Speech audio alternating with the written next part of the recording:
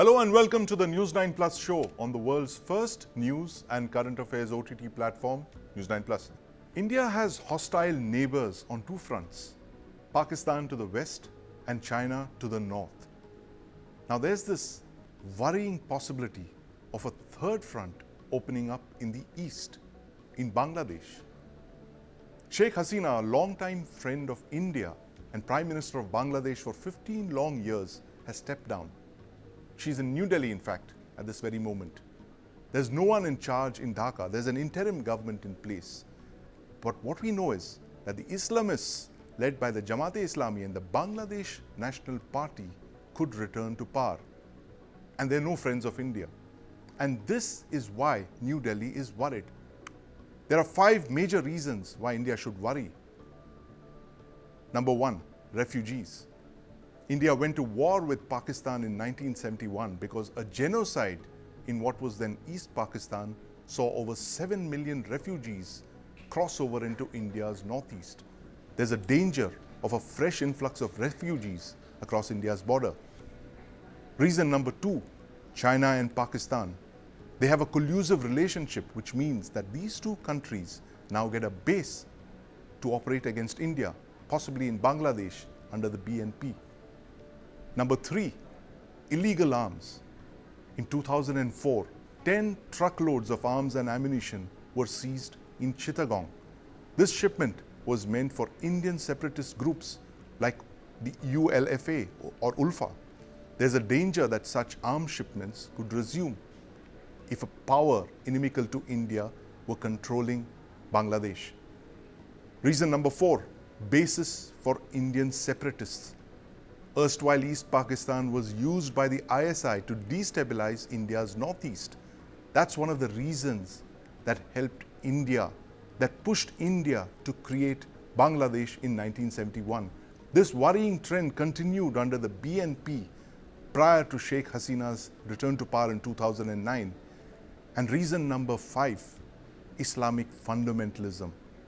Bangladesh was once a haven for groups like the Harkatul Jihad al-Bangladesh, which had ties with Pakistan's ISI and Al-Qaeda. In fact, 2009 to 2024 were among the most peaceful years for India as far as the Bangladesh border was concerned. But that could change now. And joining me to discuss this worrying turn of events in the neighborhood are veteran journalist Subir Bhaumik, and in the studio is my colleague Aditya Raj Kaul. Gentlemen, welcome to the News9 Plus show. Aditya, I want to start by asking you what Foreign Minister Jaishankar said earlier on in the day in Parliament. Tell us what he said that makes India really worry about the state of play in Dhaka right now. Well, firstly, India has been monitoring this situation very closely. It's a double problem at this moment for us. One is what will happen in Bangladesh. Strategically, we have lost a very important ally, a very important friend. There will be regional, instability. And apart from that, the second problem currently, which is temporary, is that Sheikh Hasina is near New Delhi. Yes. She has sought temporary help, and that has been granted. Because Sheikh Hasina, her family and Awami League have been age-old friends of India. India came to the rescue of Bangladesh, that created Bangladesh in itself. But the larger question right now is what Jaishankar actually spoke about. The immediate problem is about the Indian diaspora in Bangladesh and the minorities that have been continuously under attack over the last many days. Now, you may say that these are student protesters. It began with the reservation protest, but soon it was very craftily molded into a protest of far-reaching consequences for Sheikh Hasina and for Bangladesh's history in itself. I, in fact, would compare this with the independence of Bangladesh itself because of the reason of the extent of the protest, the brutality, and the daily killings that we have seen, at least on Sunday and Monday, where more than 100 protesters were killed both days. There have been reports of policemen also lynched. We are also now receiving reports, with Jaishankar also mentioned in the parliament, that minorities have been under attack. Their businesses have been attacked in 27 districts. And apart from that, there are 5 to 8 temples that have been Yes. gutted and attacked, and many Hindu minorities, be it part of the Awami League, be it journalists or businessmen, Right. have been lynched as well. So that is what Jaishankar has in fact almost warned Bangladesh, Yes. that the duty of the army now in Bangladesh would be to secure minorities and Indian diplomatic missions across Bangladesh. Absolutely, and it's a nightmare, whichever way you say it, Aditya. I mean, the 5 prospects of, refugees flowing in, and of course the long-term possibility of inimical powers making Bangladesh a base again. And in fact, I'm going to ask Subir Bhaumik this because, Subir, you have covered this in the past. I recall your stories of that arms haul in Chittagong of 2004, one of the largest such seizures anywhere in the world, something like 10 truckloads of arms and ammunition seized, meant for Indian separatists like the Ulfa. Tell us why you fear that a Bangladesh that's inimical to India could become like a third front for India. Well, why did India intervene in Bangladesh in 1971? Yes. You address that question and you find the answer. We went into India as a defensive power. We are Yes. not America gets into military intervention at the drop of a hat. But Indira Gandhi went into Bangladesh, sent her army into Bangladesh to create a friendly nation, Yes. which will take care of India's security and connectivity concerns in the East, which were substantial following the partition of this subcontinent. Yes. And now, with a friendly government there, these things were reassured. The promise of our security and connectivity concerns being addressed did not live up to our expectations, because within 4 years of the liberation of the country, in which India played a very major role, Yes. there was this coup which killed almost the entire family, Right. the entire family of Sheikh Mujibur Rahman. Yes. Now, when Sheikh Hasina comes back to politics, she stays in India for 6-7 years, then goes back to Bangladesh, launches herself, reorganizes the demoralized Awami League, and then, finally she comes to power. And in 2009, she comes to power and stays on for 15 years. This is India's, as they say, Sonali Adhyay, or golden period of bilateral relations, where Sheikh Hasina effectively has addressed most of India's security and connectivity concerns. The arms all you're talking about, these weapons are meant for Alpha and other Indian groups. Something like that. Do you realize something? That in April 2004, this arms all happened. Within 3 months, Sheikh Hasina herself faced a murderous attack which nearly Yes. left her dead. She barely escaped. Senior party leaders were killed. And I will tell you something, a lot of people now will make this accusation that Sheikh Hasina turned dictatorial. Sheikh Hasina lost power in 2001 in a fair election when she was in power, and she went out of power. What changed? 2004 changed her. She realized that if she's not in power, she will be exterminated, like the rest of her family in service. This ghost of 75 began to haunt her. So whatever, I'm not getting into that at the moment. The implications for India is extremely serious. A, you have a situation where opposition leader Begum Khaleda Zia has actually gone on record, and the army took charge yesterday and let her off immediately. All the cases against her somehow, they will be written off, it seems. And she has said that all the agreements done between India and Bangladesh during Hasina's time will be open to review, will be open to scrutiny. Now, India has this transit facility, Yes. Calcutta, Agartala train makes me very happy. I'm from Agartala. I can live in Calcutta. I can take a train to my hometown Right. and not take an expensive flight. But the point here is very simple, is that all these connectivity projects in which India has been heavily invested, somehow there is a question mark coming up now. Apart from the fact, I don't see a successor government coming and straight away scrapping this agreement. But a government which is less than friendly to India Yes. can make implementation very difficult. Now, this is, in my opinion, worry number one. You have a Yes. list of worries. This is mine. That all these agreements that we have done with Bangladesh, how will we get to implement this if this tenor, the flavor of this entire agitation was very strongly anti-Indian. There were Yes, slogans yes. like "Bharat jader mama badi Bangla chhado taratari." जिसका मामा का घर India है वो जल्दी India छोड़ के चलेगा, बांग्लादेश छोड़ के चलेगा. Right. So this was the flavor of the movement. Why? Because they were against Hasina and they saw India as the Lord Protector of Sheikh Hasina. Absolutely.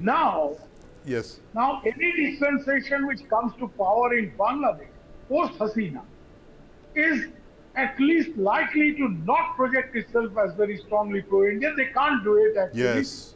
And we actually have elements in the government who will be less than friendly to India in any case. So we will Which is have our great worry number one. difficulty. Absolutely. No, and Worry number one, that you cannot implement. Yes. You may have signed the agreement. But what is in the agreement? It's a piece of paper. Unless you have the will to implement it. If you are not able to implement this, and that's my real worry. right. That the bureaucracy takes cues from political leadership. The political leadership says, "Arey miya aap tak karo." Right. Arey bhai, aaram se. Yeah, I think this Subir, becomes you've put that down so succinctly. The fact that this is actually worry number 6 that you added to my list, but that could well be the worry number 1 in the next couple of days. The fact that you have a regime that is not friendly towards India because of the kind of anti-India protests that we have seen in the last couple of days. It will be unfashionable for any political party or government to be pro-India, and therefore, yes. Unfashionable, dangerous. Dangerous even, yes. It would be dangerous for them to, be seen as pro-India, and therefore, the future of our agreements that we signed over the last 5 or 10 years with Sheikh Hasina is in jeopardy. But, Aditya, this brings us to this question of democracy in neighboring countries. Would you rather prefer a despot in a neighborhood that's good for India, that does not allow the country to be used as a haven for all kinds of separatists and gun runners and drug traffickers? Or would you want a democrat who allows all of these things, who listens to the will of the people and allows all of these forces to flourish, as was the case before 2009? Well, the answer is very simple, that India would have preferred a secular and a democratic dictator. Yes. So that's what happened. But, we have to sometimes choose among the worst. Yes. And that was a strategic, calculated call that India took. But one thing I'm glad about, India has been a long friend of Sheikh Hasina and the Bangladeshi people and, of course, Awami League because of history. But India has taken a strategic call now not to give a political asylum to Sheikh Hasina. Now, I'm not saying that Sheikh Hasina reached out to India, Yes. But India could have offered. India could have said that you can stay here, but there was a request that came in short notice. That's what Jaishankar told in the parliament. Yes. And that was immediately allowed. And NSA Ajit Doval himself went to and met her at the Hindon Air Base. At the Indian Air Base. Now she is at the guest house of the Indian Air Force at the Hindon Air Base. But when we talk about challenges, when we talk about what will happen in future, it's a given that the government that comes to power, which will be perhaps a coalition of the BNP and the Jamaat, will be against India. The kind of anti-India sentiment is very much visible when ambulances gifted by India have been attacked. Yes. You also have very vehement, words coming out of protesters saying that, we are not friends with the Indian government. The Indian government was hand-holding Sheikh Hasina, but we are friends with the people of India and we'll try to continue to remain so. But the bigger challenge, the bigger threat for India are twofold. One is the influence of China in Bangladesh. What will China do? How will it create inroads and involve Pakistan in that entire process? Absolutely. And connected to this is the second part, which is increased Islamist radicalization. We will have perhaps launch pads of terrorists, like terror the groups and Houthi, separatists, which operated freely before 2009. Actually, so over the last 15 years or so, we had a relative calm at the border. But one thing that immediately India did is to activate the border guard. They are very much vigilant. They have been reinforced, completely in the area. So, but this area will remain a massive challenge. I am pretty sure that the top generals in Rawalpindi will be having a laugh right now. They'll be enjoying this moment. Will this be a temporary enjoyment? The world will see. It would be in the interest of Bangladesh to be with India, to have and maintain strategic ties. But only time will tell whether they will also swing the China way or there is a third party involved in this entire process, and that is America. Right. So what will America do? How will America try to Yes. rebalance their ties with the new Bangladesh government? We'll know in the next few months. Absolutely, and that's something that we'll be looking at with great concern, great alarm, also depending on which way the government in Dhaka moves. But Subir, the point that you made about 2009 to 24 being the golden age of Indo-Bangladesh ties, golden age for us, of course, given the fact that all the separatists, there were crackdowns on the separatists, and Sheikh Hasina being a victim of separatist violence, Islamist violence herself, cracked down on them with great brutality. But what is the future of Bangladesh now as you see it? Do you see the military, the Bangladesh army that's played a very, very significant role over the last 48 hours? They first said they're not going to fire on the protesters, which effectively meant there was no holding them back.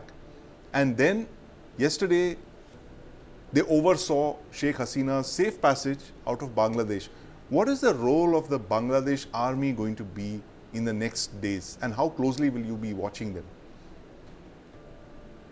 Well, the Bangladesh army, in my opinion, will try to distance itself from direct politics, which they have done in the past. Previously, we have had two military generals ruling Bangladesh, and both set up their own political party. Yes. I can't see a professional like Waqaruzzaman doing the same thing. He will be a soldier. He will actually give the country the impression that the army has come into play because of a special situation, and the army will try to deliver. The army will try to, oversee the interim process, and then perhaps hold free and fair elections, and let it at that and remain a professional force. Because the Bangladesh army over a period of time has emerged from the dark days of 70s and 80s when Yes. they tried to meddle in politics. There were mutinies, counter mutinies. There were problems within the army itself. General Zia was killed by his own soldiers. Yes. Bangladesh army, with a lot of exposure to UN peacekeeping and stuff like that, they've emerged from those days. Right. They're a much more professional force at the moment. And therefore, I can see General Waqaruzzaman and some of these other generals around him, trying to make it very clear that we, don't do what the Burmese army has done, fire on our own boys. Yes. But at the same time, we don't meddle into direct politics like General Min Aung Hlaing is trying to do, or the Pakistani generals have done in the past, because that's recipe for trouble. And another factor, don't miss out, Professor Yunus. Yes. The boys. This is Bangladesh's General Z, as Sabrina Karim, my good friend who teaches in Cornell University, has said that this is the first Gen Z revolution which has been successful. The students have brought down a despot, a dictator, or whatever. Right. So the students have very clearly said, we want students to head the government. Right. Don't forget, Yunus has friends in America. Hillary Clinton is a friend. The Democrats Yes. back him very strongly, and they have a major issue with Sheikh Hasina when Sheikh Hasina filed this. Her government filed different cases against Professor Yunus. So Yunus, who tried to launch a political party during the earlier military-backed caretaker in 2006, In 2008. 2007, yes. Yeah, exactly. That's the time when the military caretaker was ruling the roost in Dhaka, Yes. and when the army almost was openly talking about, Right. a -2 formula, get rid of both the Begums. Yes. So, Americans, the others, Western interests, they would like to see Yunus in the saddle. Right. So would be the students, so would be a very strong section of professional class, as well as, the Bangladesh academia who have influence in politics. So, there could be a break from the binary, as I would say, Right. The binary of the Begums. Yes, actually, well put, Subir. The binary of the Begums that's ruled Bangladesh politics for almost 4 decades. But, this point about Professor Yunus, a Nobel laureate, heading Bangladesh, brings another Nobel laureate to mind in the neighborhood in Myanmar, Aung San Suu Kyi, and her frosty relations with the Burmese army. Aditya, tell us this, that, we are talking of the two Begums here. Of course, Subir believes that it could be a third force, Professor, Mohammad Yunus, but he's 84 years. Doesn't look like he has a very long political career ahead of him. Does New Delhi have a line, a hotline, or have they opened a hotline to Begum Khalida Zia and the BNP and Tariq Rahman? These are the new forces that are going to come back into Bangladesh politics. Are they being dialed, for a possible post-Hasina outcome? I'm not too sure that that's happening already, but we do have good ties with the army. Right. We have very robust relations with the security forces in Bangladesh. That may not technically help in the political situation, but I'm sure now at the National Security Council Secretariat level or at the Ministry of External Affairs, there would be some backdoor dialogue that would be underway. Jaishankar also said in the parliament that they are in touch with the authorities in Dhaka and trying to monitor the situation. To ensure the physical safety of the consulates. I'm again not too sure about Mohammad Yunus. He is somebody who is well respected, a Nobel laureate. But as of now, right now, while a so-called revolution is underway in Bangladesh, he's sitting in Paris. He's enjoying the Olympics. And, we'll have to wait and watch whether he will emerge as a consensus candidate. Because there's an interim government that will be in power. There are 10 people who have been named. And these 10 people will ensure some kind of a smooth transition and perhaps a so-called democratic elections to really take place. Whether that is a possibility that can actually happen, we'll have to wait and watch.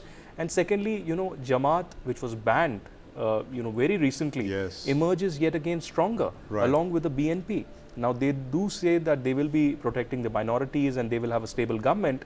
But at a time when Khalida Zia is, not well, she's been almost bedridden. So who will be this consensus candidate remains to be seen, because he would need a consensus from the Jamaat and the BNP, and of course the larger support of the students and the people to stabilize the government and create a peaceful environment. Absolutely. And, we are talking about the end of the golden age, as Subir Bhaumik put it so pithily.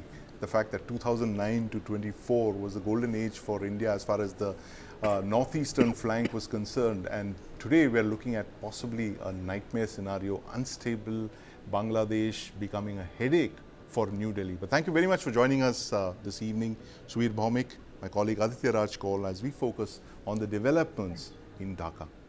Joining us now on the News9 Plus show is Ambassador Humayun Kabir, former Bangladesh envoy to the United States. Ambassador Kabir is also a Mukti Jodha, or a freedom fighter from the 1971 war. Ambassador Kabir, welcome to the News9 Plus show. It's a great pleasure to be with you. Ambassador Kabir, I want to start by asking you this. Has, Bangladesh seen a political crisis of the magnitude that we saw yesterday? I'm aware, in the last 50 years, we've seen many violent episodes in Bangladesh's history, political history, beginning with the birth in 1971. You've had coups, counter coups, attempted coups. But have we seen anything of the magnitude that we saw yesterday in the past? Give us your thoughts on this. Okay, thank you very much. Well, it's a good question. I can tell you that I have seen, I would say, uprisings even before Bangladesh was born. 1968-69, we also had a big uprising, popular uprising, that dislodged the then president of Pakistan, General Ayub Khan. Then we saw 1971 Liberation War, and as you have rightly mentioned, the subsequent uprisings. But in my lifetime, I have not seen anything like that. I should say that this was one movement which was completely led by the students. Students from villages, from primary to secondary to high school to university to colleges, everyone joined, and then they were joined by their parents and the community. And interestingly, the political parties actually had to chase the leaders or student leaders to catch up with them. So this is one unique movement, I should say, in terms of its scope, intensity. I have never seen that. And every town, every village, every segment of population got integrated into this. So, and that's why you can see the political parties, I should say, that political parties in Bangladesh like BNP, Zamaat, and others, they have been struggling for last 15 years. They have tried several times to mount, I would say, mount resistance against the earlier government of Sheikh Hasina, but every time they failed. But this time, it was the student community. They actually took the leadership and they just did the miracle. It's an interesting perspective that you've given us, Ambassador Kabir. You know, there is a school of thought that says that a lot of these protests were foreign funded. There were foreign powers behind this. There was a foreign hand. Western powers were involved. Powers in Asia were involved in all of these protests. But you seem to suggest something completely different. Is this a conspiracy theory, or do you believe that these protests were entirely spontaneous, as you just said? Spontaneous, homegrown, absolutely led by the youth. And I can tell you where I'm right now, I'm speaking from my office, which is in the diplomatic zone. I have, because of my earlier background, I have good contacts with my diplomatic friends. The students had no connection at all. I can guarantee you. And whatever, I mean, we can give different colors to that, different interpretations, but I assure you, because I was somehow closely following what was happening, and I can assure you that it was absolutely an indigenous, homegrown, youth-led, and this could be a model. I'm telling you today that this could be the future of the agitation and uprisings in South Asia. And yesterday I said, I don't know, I don't recall if I said it in your television or other television, that Gokhale, the great Indian leader, he said that what Bengal thinks tomorrow, the whole of India thinks, what Bengal thinks today, the whole of India thinks tomorrow. So I can tell you that this is one unique uprising or popular, I would say, revolution, if I may, that Bangladesh has seen, and that may be the next template for uprising in the days to come against, I should say, an authoritarian leader. Absolutely. So, Ambassador Kabir, how did Sheikh Hasina misread the ground situation? What happened? I mean, the view from New Delhi is that she was a democratic autocrat for the last 15 years. Good for New Delhi, of course, for what she's done in terms of allaying our fears of Bangladesh becoming a hotbed for insurgents and militant groups and foreign powers in the northeast. But how did she so completely misread this popular opinion on the ground? How did she misread the student unrest, the student anger that you just mentioned? You know, every power has two good friends. One is hubris, another is sycophants. And I think she was surrounded by both of them. And she taunted the students, tried to give a tag to them, a very bad tag in Bangladeshi context. Right. Razakar means that somebody, yes.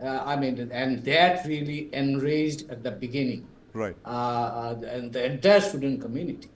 So, and then she didn't get the message even at that point. Yes. Then when the students called a protest, 6 of them were killed. And one you may have seen also, I've seen the cartoons coming out from, sketches and cartoons coming out from one of the martyrs, the first one. Yes. He was a young boy, just raising his hand, stood raising his hands, and he was shot at a point blank firing, and he died. And on that day, 6 students died in different universities of the country, and that enraged the students. And then again, they deployed the Chhatra Leaguers. I mean, these were like the vigilantes of Awami League.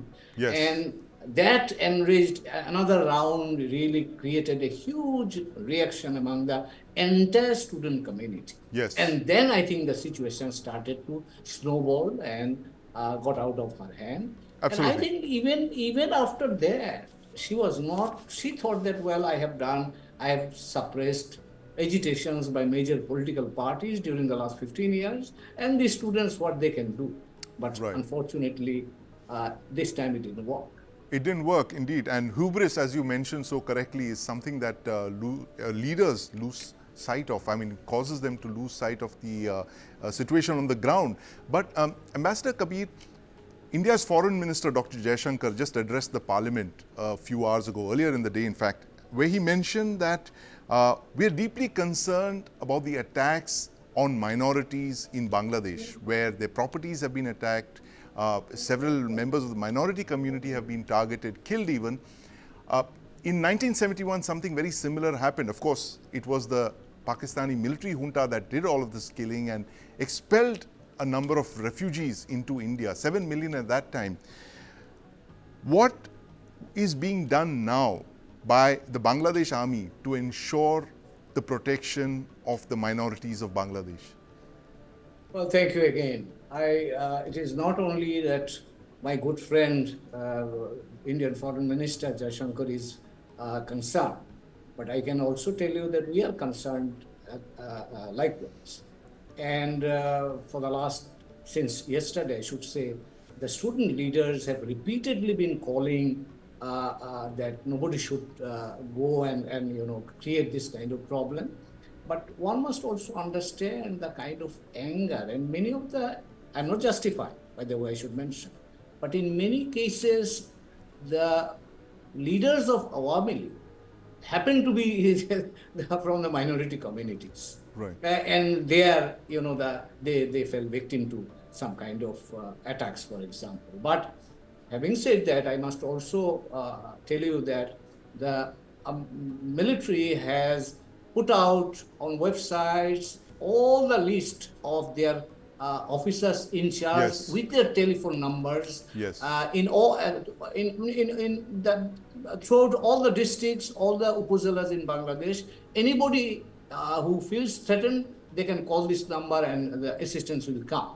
And in addition to that, the student leaders have formed the volunteers group in different schools, colleges, different localities to protect the minority properties, minority lives and other stuff. And you will be surprised to know the madrasa students these are all on Facebook.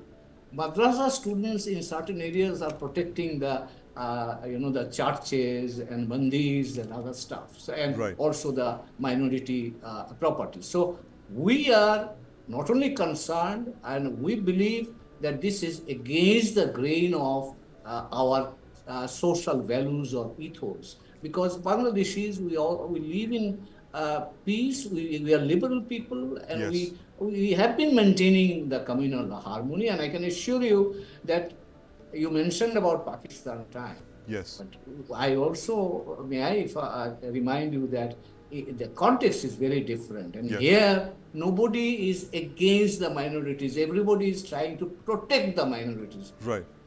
But there are instances where these things have happened, and as I say, they happen because of their connection. But even regardless of that, people are saying that we cannot harm them. Everybody should be protected, and these calls are coming from even the BNP leaders have called for calm and protection of the interest of the minorities communities. The government is calling that. Army has called that. All the young student leaders are calling that. Different social leaders are calling that. Even the religious Muslim leaders are also calling that they should be protected. You go out and protect their lives. It's unprecedented. I mean, I don't recall of a similar situation where an army has actually shared numbers of officers on the ground, young captains, majors, and colonels for assistance. And I'm only hopeful that it's put to good use and the army stabilizes the situation. Which brings me to my next question, Ambassador Kabir, on the role of the Bangladesh army. In the past, over the last 50 years or so, the Bangladesh military has captured power. It has ruled. First you had General Ziaur Rahman and then General H.M. Ershad. Do you see the Bangladesh army taking over power, or do you see it as being a guarantor of the democratic process in Bangladesh, as we saw yesterday? Give us your take on this. Okay, thank you. Thank you. I would say that as of now, as we are reading the ground reality, the army or the military is working as a helping hand, and they have the army chief has been in touch in touch and had met number of political leaders. The leaders have met the president and also the student. He met the student leaders as well. Both of them met the student leaders. So what we are anticipating, last night President has spoken, the army chief had spoken earlier than that, and today we are anticipating that the parliament would be dissolved and an interim government would be formed soon. And by the way, good news is that Professor Yunus, whom everybody knows, he has agreed to head the new interim government. So that would be something very good for us. And my sense is that within a day or two, the interim government will also be formed. And once it is formed, the risk of the military playing kind of not desirable role, that would be eliminated. So my sense as of now is that the army is not in the mood of ruling or coming to the power. They are rather in the mode of supporting. And I got the news few minutes back. One of the generals who was quite active during the earlier regime, he had just been removed from the armed forces, from the military. So it looks like that those who were politically active, even during the last government, the military is trying to get rid of them. So my conclusion at this point, I cannot predict the future, but at this point, it looks like that military would like to help the continuation of the democratic process and support the caretaker government. That's heartening news indeed, Ambassador Kabir. The fact that the military has chosen to stay in the barracks and not, jump in and take over, as has been the case in the past. That's really good news from a South Asian perspective. But take us through what the next steps are after the interim government takes over. What next? Is there a timeline for fresh elections to be called? That's the news that we've been hearing out of Dhaka. That's what the president has also said last night. I mean, he said that once the interim government is formed, and before that, the parliament has to be dissolved. So once the parliament is dissolved, then it becomes an incumbent, it becomes a responsibility to hold the next election within 3 months' time. That's the constitutional provision. But there is also a demand from the student leaders, what they call is restructure and reform the institutions, and they're asking for justice for the wrongs that have been done during the last few weeks. So these are, two things are happening. That on the one hand, the constitutional obligation, on the other hand, the aspirations of the people and the demands of the students who have just changed the regime, if I may put it.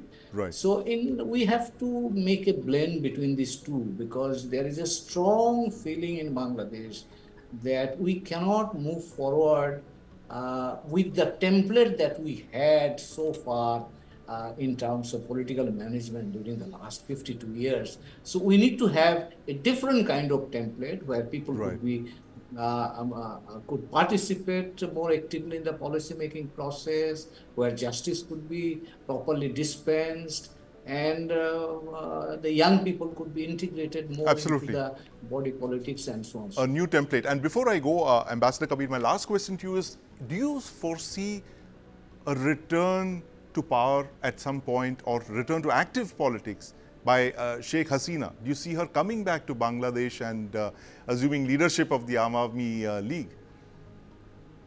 Well, I don't know. That's their choice. I am not a politician, so I have no connection with even the political party like Awami League.